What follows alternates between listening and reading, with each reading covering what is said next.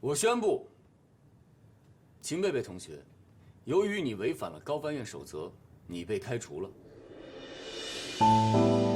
什么？开除？我是你的粉丝啊，你怎么能开除我呢？我妈妈赞助了学校，投资了赶紧出去，别在这浪费大家的时间。我喜欢。把这也拿走。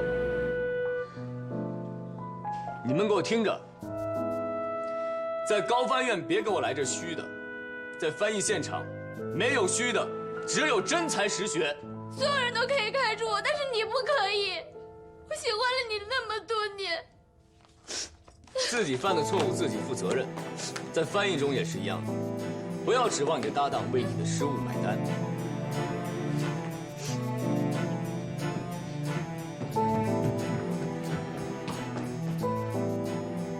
主任，你这样是不是太冷血了？那你算什么？热血青年？还是同情心泛滥？我告诉你，秦贝贝是因为违反了高翻院守则直接被开除。你今天面试迟到，虽然没被开除，但也是0分。高翻院不要一群猪的队友在一起抱团取暖，我要的是精英部队。下面我点名，挨个来面试。1号，乔飞，跟我来。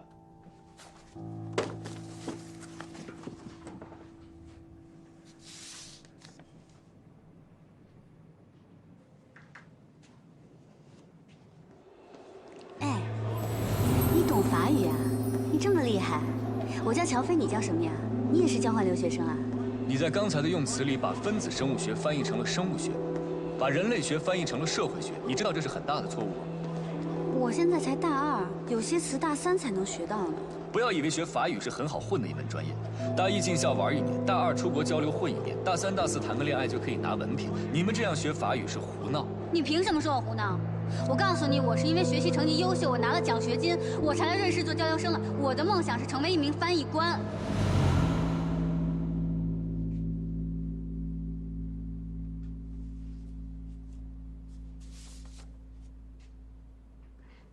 主任，您不会真的给我0分对吧？您就说说气话。那一天和那天没有半毛钱的关系，我说的是1分钟的事儿。你今天迟到了1分钟。我是迟到了1分钟，但是我刚才看守则上写，迟到3分钟以内都是可以接受的。所以我没有直接开除你，但是面试怎么打分由我来决定。咱们之前也算是认识了哈，您再给我一次机会。别跟我嬉皮笑脸的，动手动脚，坐那儿。我给你机会，就是对别的考生不公平，知道吗？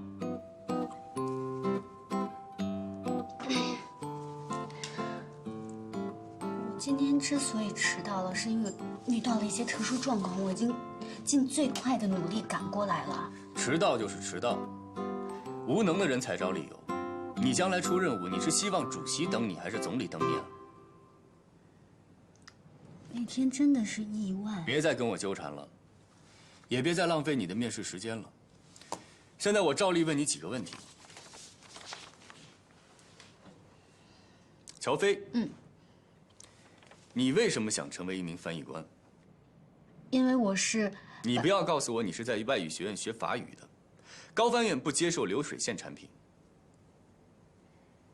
因为我是把张璐姐当成我的偶像，我想成为像她那样的国家级的高级翻译。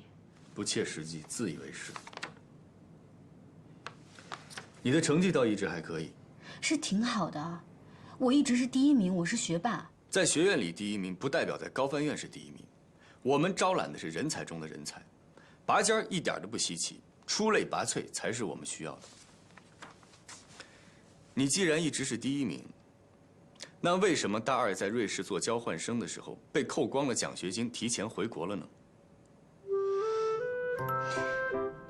那个真的是我人生中唯一的污点。那次我碰到了一个特别坏的人，就因我犯了一点小错误，他就去挑我的刺，告诉我们老师，我被扣了一半的学分呢。分子生物学和人类学这样的词汇都弄不清楚，你觉得这是小错误吗？档案里还写了。别动！那你是怎么知道的呢？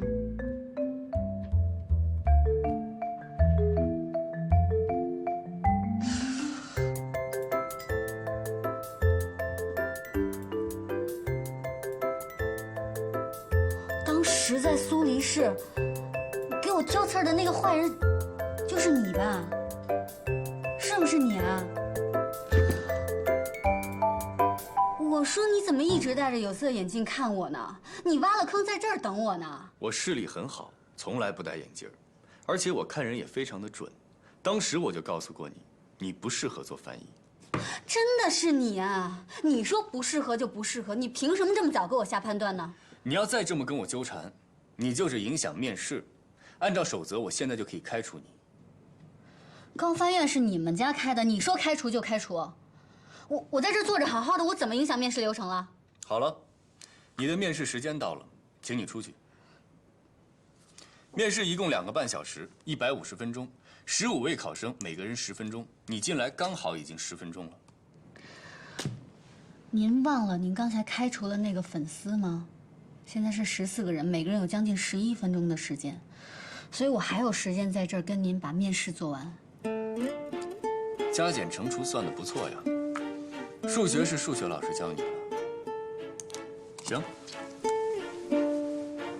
你还有什么想跟我讨论的？今天迟到了1分钟，确实是我的不对。我没有预留出来意外发生的时间，所有的过错我自己来承担。但是我想问您，如果是您的话，在外事活动中迟到，您会怎么办？我绝对不会迟到。如果万一呢？没有万一。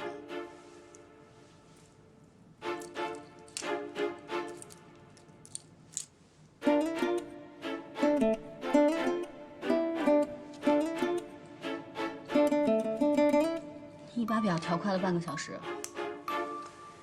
11分钟到了，请你出去。你们不会真的给我0分，对吧？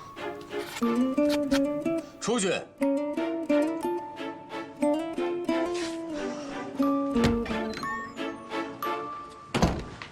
小飞，怎么样？题难不难？怎么样？怎么样？他什么题都没跟我出，就给了我面试0分。0分？那怎么办呀？你现在面试成绩为0，那这下都得靠笔试了。我怎么知道怎么办啊？他这个人魔就是想故意刁难我。我乔飞要是被他程家阳赶走，我就不姓乔。下一位，郝哲做准备。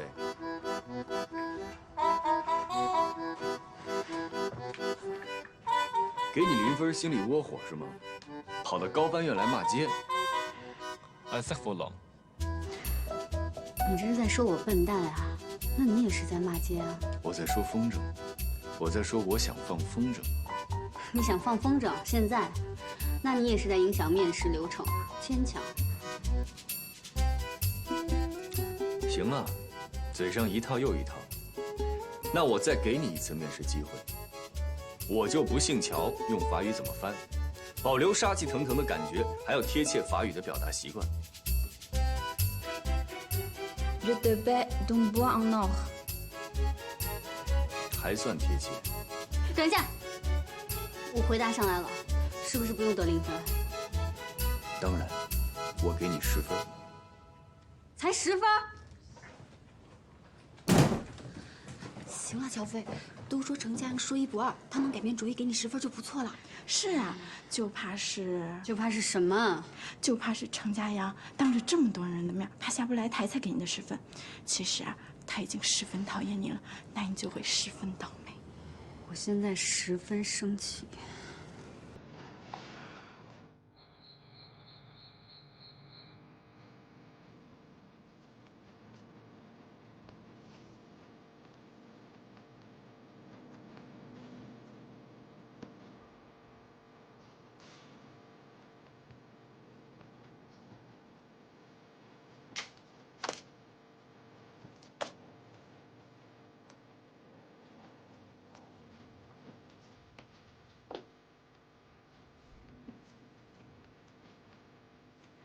擦的还不赖。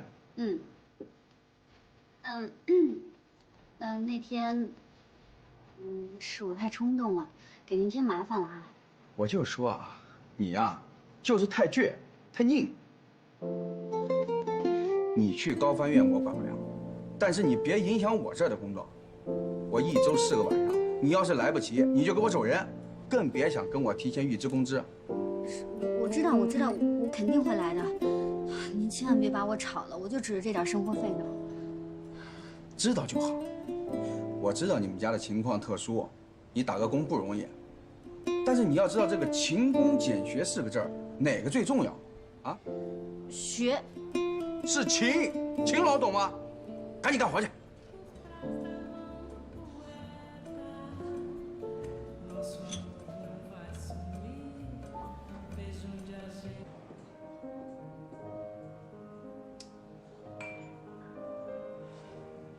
怎么回事啊？这是跟原来说的不一样啊！这都几点了？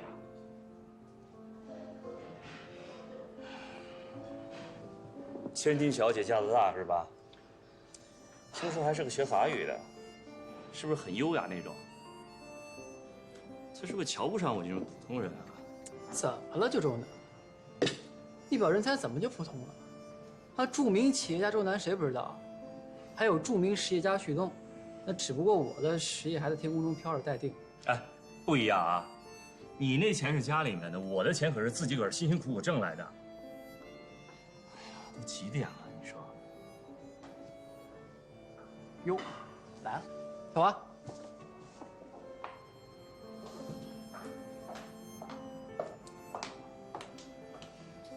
不好意思啊，旭东，让你跟你的朋友久等了。没事儿，周南，我特好一哥们儿，大美女文小华，没你家才女。上街女神，你又胡说什么呢？你好，周南先生，很高兴认识你。文小姐，我今天能见到你啊，那才真的是荣幸1000倍，高兴1万倍。今天能见到你啊，真的是太有缘了，太棒了！啊，果然跟旭东说的一模一样，绝对是优雅女神范儿啊，绝对女神级别的。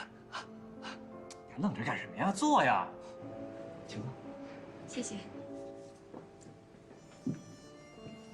小华，周南提议特别好啊，咱们都是朋友，做事呢一定能成。啊，对，大致上旭东都给我讲了，我就简单的做了一个计划书。有什么不妥的地方呢？文小姐尽管调整。今天本来应该是我父亲来跟你见面的，他有事儿，我就代为出面了。具体的等他过目之后，我们再详谈吧。可以啊，我也一直想拜访伯父了。哎，周南，你这场面话就过了啊！什么叫一直想拜访伯父？你知道这件事才多少天啊？瞎客气什么呀？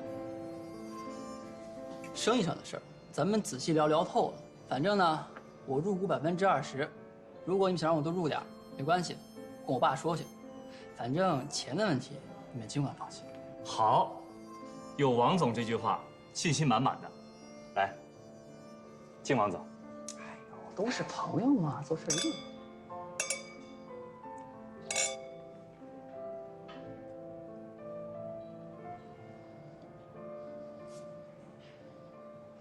昨晚1点钟哎，翻墙回来，被我逮个正着，这不是第一次了，经常晚归，住宿费到现在还没交，就剩他一个了。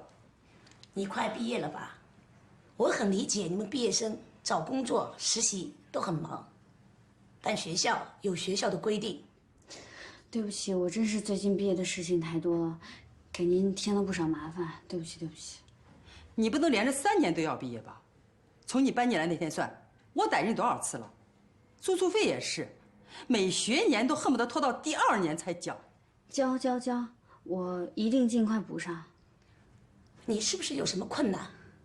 我可以帮你向学校反映，解决问题的。没困难，老师，没困难，我所有的事情都能解决。我现在能出去打个电话吗？那行吧，你先去打电话吧。谢谢老师。喂，什么事儿？赶紧说，我这串戏呢。哦，喂，佳怡，我……行，我知道了。住宿费是吧？每个季度都这个点儿，你不说我都猜都能猜到。你先借点钱给我呗，我回头按银行利息还你。哎呦，没事儿，你先留着用吧。你放在我这儿呢，不靠谱，还不如借给你呢。要多少啊？这回5000，你有吗？1000是住宿费，还有4000。哎呀，我的学费都是系里帮我垫的，我自己攒的也差不多了，还有4000块钱。行，5000没问题。家爷，我刚发劳务费，钱我马上打给你。但是你得答应我一条件。我今天吧，刚把我那经纪人兼助手给炒了，我觉得给我接那戏太不靠谱了。你呢，交完住宿费以后，收拾东西来我家，咱俩一人一间房子，我保证平时没什么事儿，我绝对不打扰你。你爱干嘛干嘛，爱几点回来几点回来，我也肯定不打扰你学习。但是，在我有需要的时候，你必须要充当我的经纪人兼助手。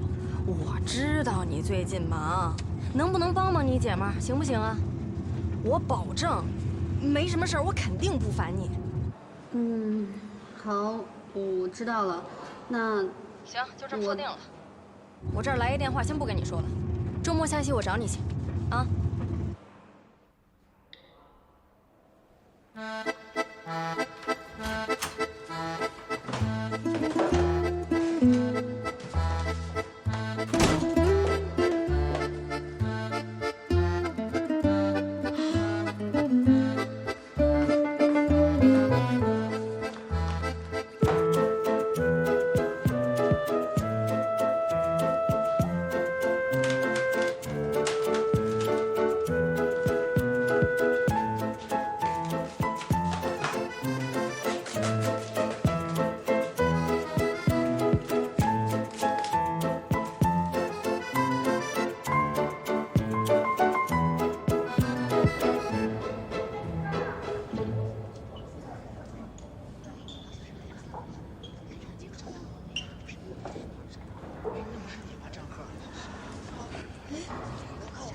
乔飞，怎么回事啊？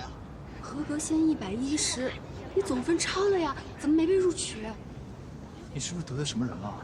乔飞，我估计你就是得罪那程家阳了，他外号叫人魔，你敢跟他叫板，他肯定卡你。不能让他毁了我的翻译梦。哎，乔飞，乔飞，你去哪儿？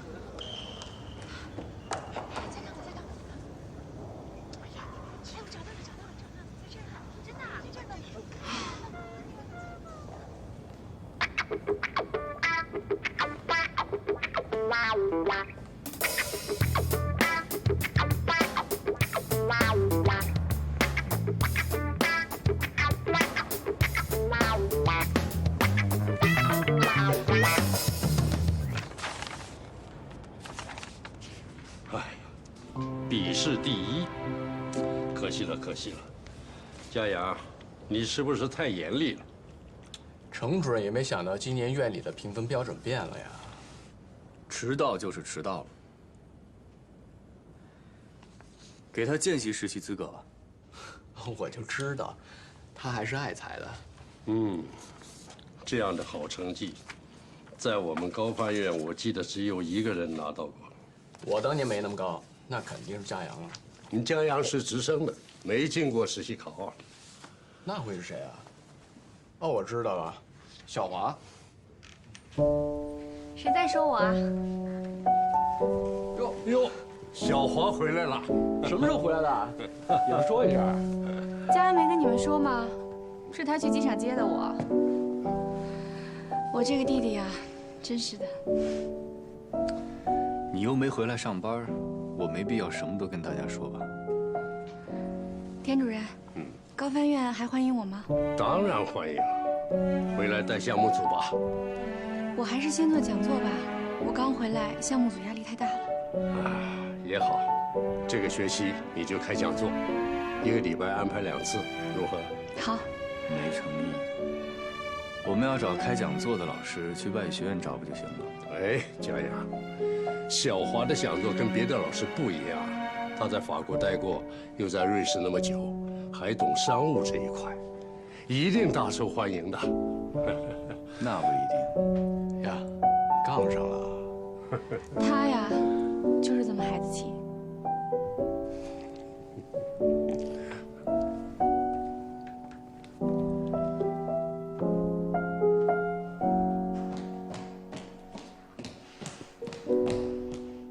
程家阳，我有话跟你说。我问你，你是不是临时改了达标要求，故意把我淘汰了？你觉得你自己这样很厉害吗？你毁了别人的梦想，很开心吗？乔飞，请你冷静一点。我没办法冷静一点。你知道我为了进高翻院，我已经整整努力了7年了，就是因为我不知道什么时候得罪了你，你就要把我刷了。你如果是因为法语水平把我淘汰了，我没话可说。你这样报复我，你就是下三滥。下三滥？谁下三滥？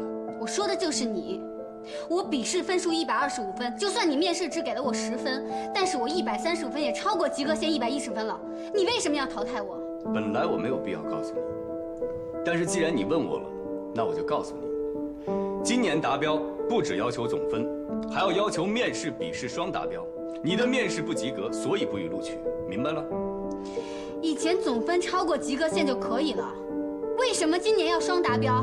还不是用来针对我的？针对你？你以为你是谁呀？高翻院没你不行吗？地球没你不转了吗？我告诉你，这里是高翻院，不会迁就任何人。你的面试不及格，就是不予录取。难怪他们说你是变态，说你是成人魔。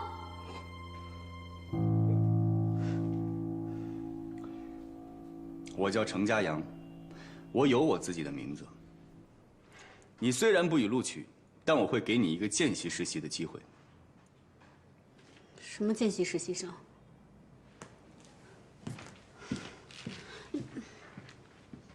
啊，这位同学，程主任的意思就是说，不算正式实习，但同样参加实习期间的3次淘汰考试。那如果转正了以后，大家都一样吗？对，都一样啊。这丫头伙啊，来得快，去得也快。我正好安排实习生分组，来吧，你跟我过来。我看看啊。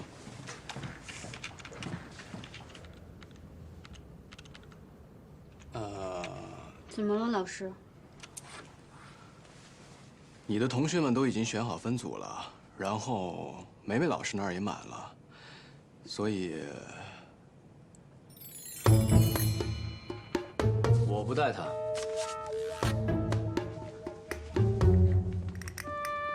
你这孩子，刚才骂人的气焰哪儿去了？你是文小华老师吗？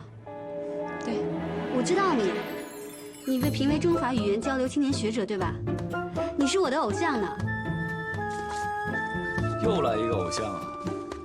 你的偶像不是张璐吗？是个女翻译，翻译的好一点就成你偶像了，太廉价了吧？我是真的很喜欢文老师啊。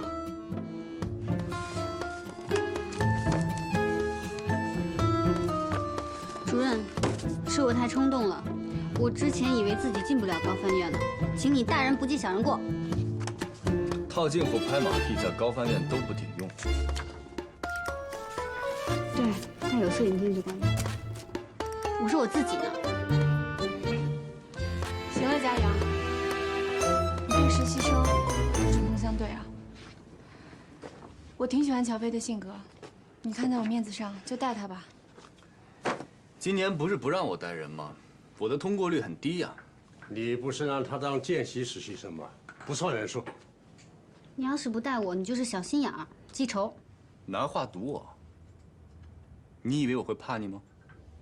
你也真是的，服个软不就行了吗？跟他道个歉，就什么事儿都没有了。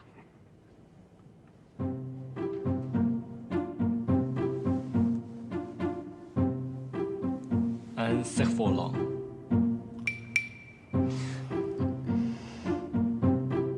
要我带你也可以，但我有一个额外的要求：转正考试的时候，只要你没有考到第1名，就算淘汰。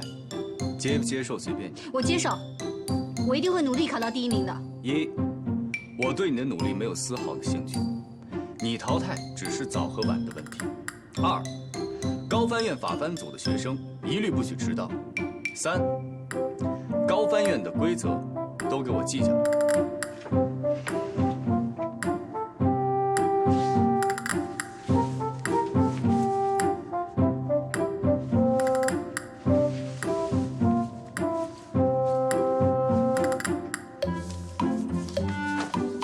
跟我来。对了，手表给我。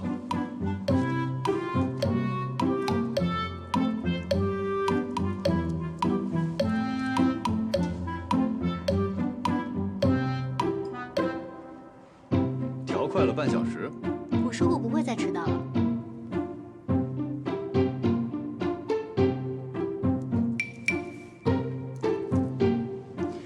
你给我调快了1个小时。因为你迟到过。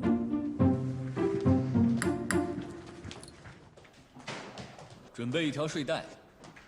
睡袋。加班的时候想睡在地下也没问题，反正跟我没关系，我不会带你。哎，小飞，来，坐，我们这聊天呢。行了，都不用让来让去了。你们大部分人很快就会被淘汰，将来有的是时间在家里做。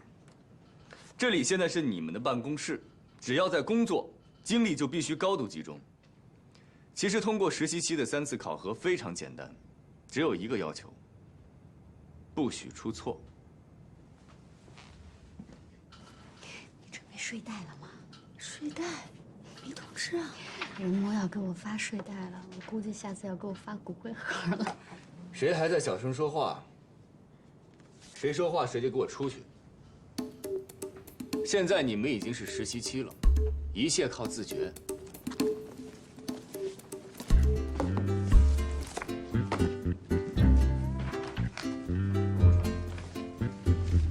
我不说话，我用眼神杀死你。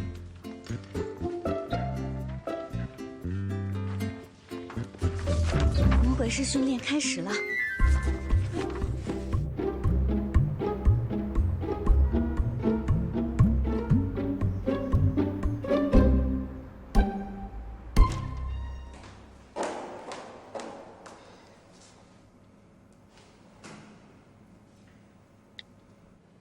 倒数3秒。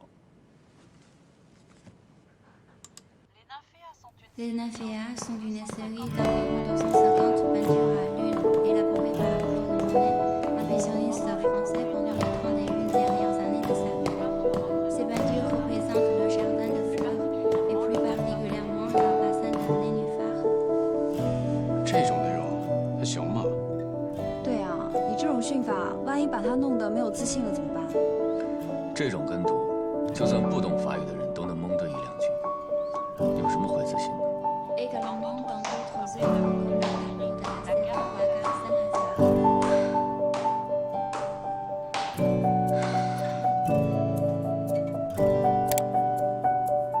台阶数多少？一共157个，每层25个。伍德曾之前做了7个动作。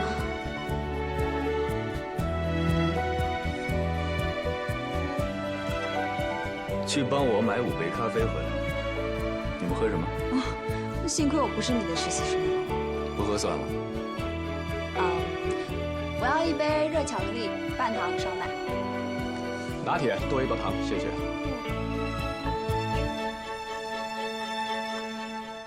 田主任要 espresso， 另外1杯大杯美式，三明治不要鸡蛋和花生酱，给你也买1杯，我请客。热巧克力半糖吗？喂。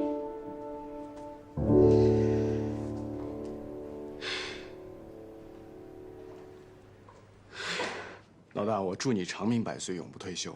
哪天要程主任当上了郑主任，我就直接申请政治避难了。哎，他数对了吗？会不会只数了1层，然后做个乘法？那防火层他就数不到了。还有防火层啊？我怎么不知道啊？我也不知道啊，谁没事走楼梯数台阶玩啊？中午晚上好之后给咱们带午饭吧，吃模型。胡闹！程主任都可以让实习生带咖啡。 带咖啡也是我训练内容之一。练什么？跑腿啊？练注意力。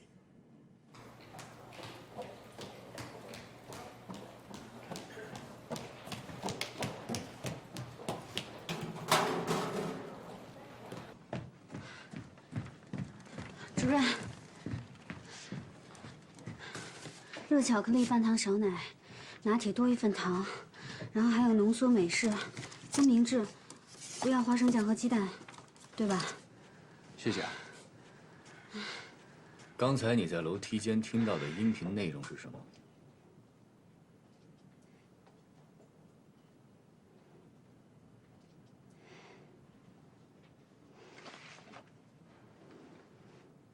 刚才在楼梯间听到的音频内容是什么？内容我记得。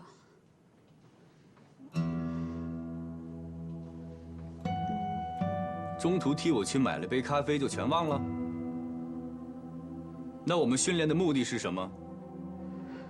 学会分配注意力，学会在复杂的环境中，把注意力放在重要的事情上。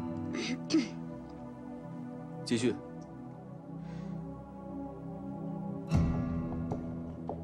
我台阶数错了吗？我跟你说结束了吗？没结束吗？不是数完台阶就没了吗？我什么时候跟你说结束了？你在家躺着的时候，任务才结束，知道吗？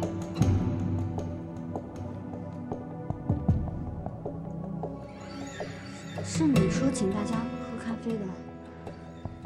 我们招的不是跑腿的，我们花这么大的力气培训你们，不是让你们去买咖啡的，而且是你主动同意接受高难度附加考核。你不要再跟我找理由了，赶紧总结一下，你听到了什么？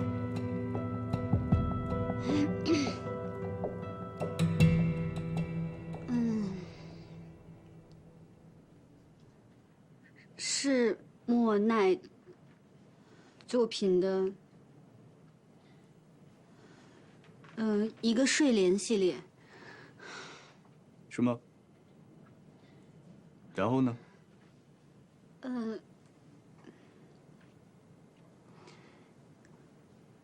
还有一个圣什么火车站，对不起，主任，名字我没记住。勉强通过。你给我记好了，下次再由个人原因没有完成任务，不许再给我找理由，听见了吗？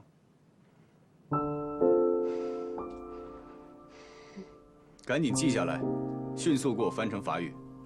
李雷，我们的实习生现在是不是在训练室练视频跟读呢？我去看看。走，我跟你继续。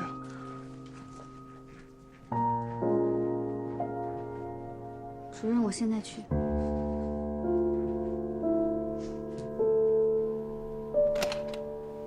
哟，你在啊？专注写报告30年。挂号处写着你休息，外面那么多人挂不上号，你在这写报告，你想干嘛？没什么，恭喜你马上要当副主任了。这能挂号吗？挂号在1楼。爹，你在这儿别动，我去问问。高佳明，你别以小人之心夺我，我问心无愧，我压根儿就没看过你的临床数据报告，只是凑巧和你选了同一个方向。凑巧。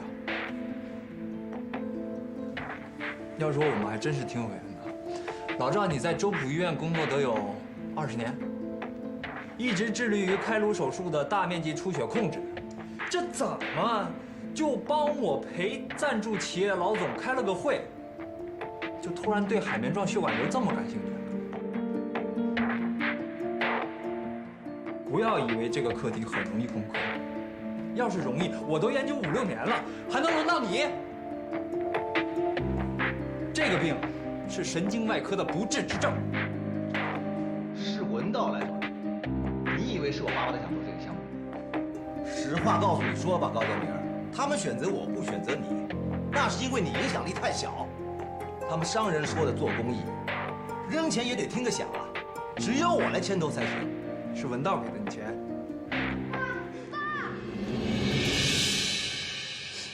我的病是个不治之症。就是你说的那个海绵状血管瘤。我说那是不治之症，我又没说你一定会死。只要你控制得好，最差也就现在这样。你别哄我了，我脑袋都3次出血了，这个肿瘤压在我的中枢神经上，一直在长。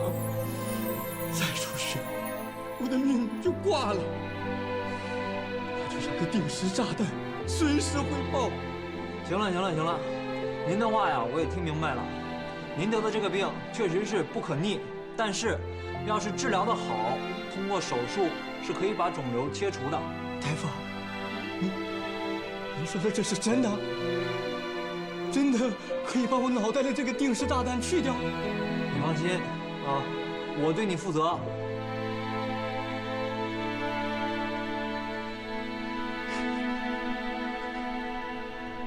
不完善的基础设施和不易贸易的货物，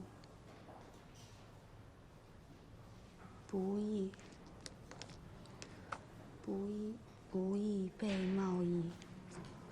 哎，乔飞，你怎么没去吃饭？没胃口。你上午的事我们都听说了，太惨无人道了。怎么，是不是又给你布置作业了？大卷舌音，数着台阶跟读，不能数错，不能读错。要买4杯咖啡，有的加糖，有的不要糖。少奶不加花生酱，不加鸡蛋。我哪知道这是陷阱还是任务啊？买完以后呢，跟你说让你背诵全文。对，就是艺术评论。我跑腿买了咖啡，我还要给他背诵全文。哎，乔飞，你没事吧？你的脸好红啊！好着呢，38度恒温杀菌。哎，要不这样，你去请个假，你跟主任请个假，完了祝福还吃点药。好呀，那你帮我请好不好？如果去跟那个成人模请假的话，他肯定会说：“乔飞，任务期间你怎么能够生病呢？为什么记不住我说的话？不要因为个人原因影响工作，不要找任何借口，是不是？”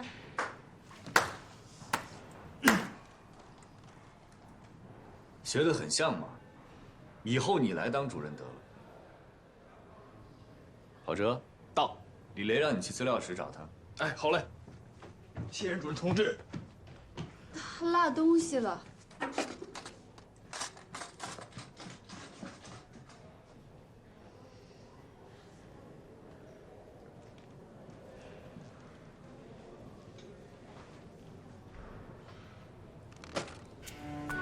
吃吧。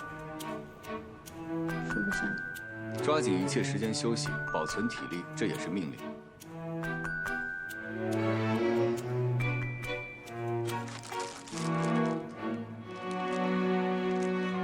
这你特地给我买的呀？以后有意见当面说，高翻院不喜欢背后议论。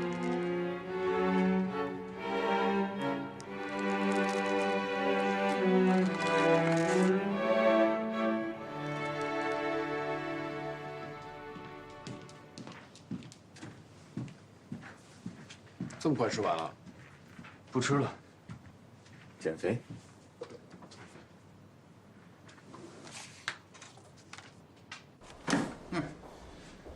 一个主治医生，为了科研跟同事吵架，弄得病人闹情绪。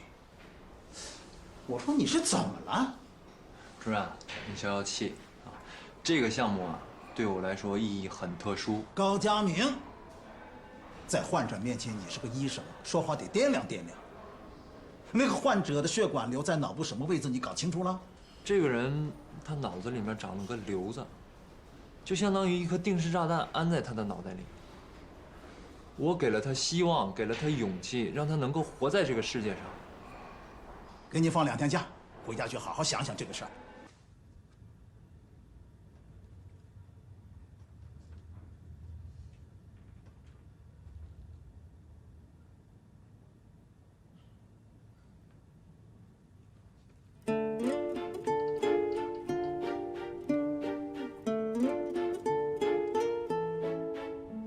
今天的交互传译练习题目不会太难，因为有的人跟我反映，说训练太难了。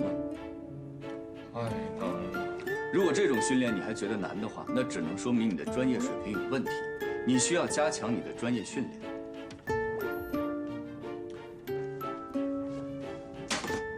2个人自由解组，其中每一个组派一个代表到我这儿抽取资料，一个人戴着耳机跟着听读，另外一个人根据搭档的听读进行翻译。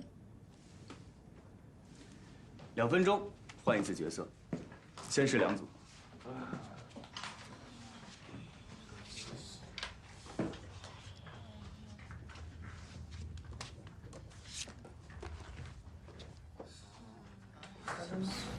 我好紧张。别紧张，我觉得翻译完成了以后，人魔肯定会让咱俩把翻译的内容、总结的中心思想、段落大意之类的，没事儿。万一我不知道我自己说什么，万一你也忘了怎么办呀？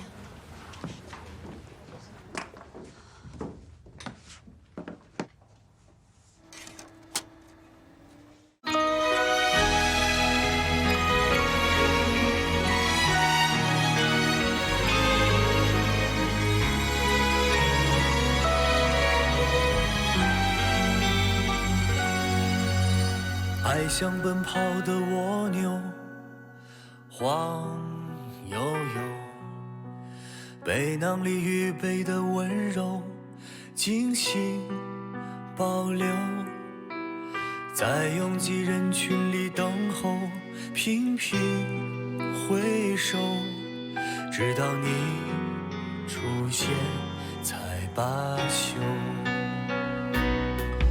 离开界限，你是我的终点。未来多少冒险不后退，永远不算远。爱情的旅途要攀登多久？一步步追着你走，有时是朋友，有时像对手，有时害怕爱得不够。慢慢的爱情，慢慢的享受，在追上你以后。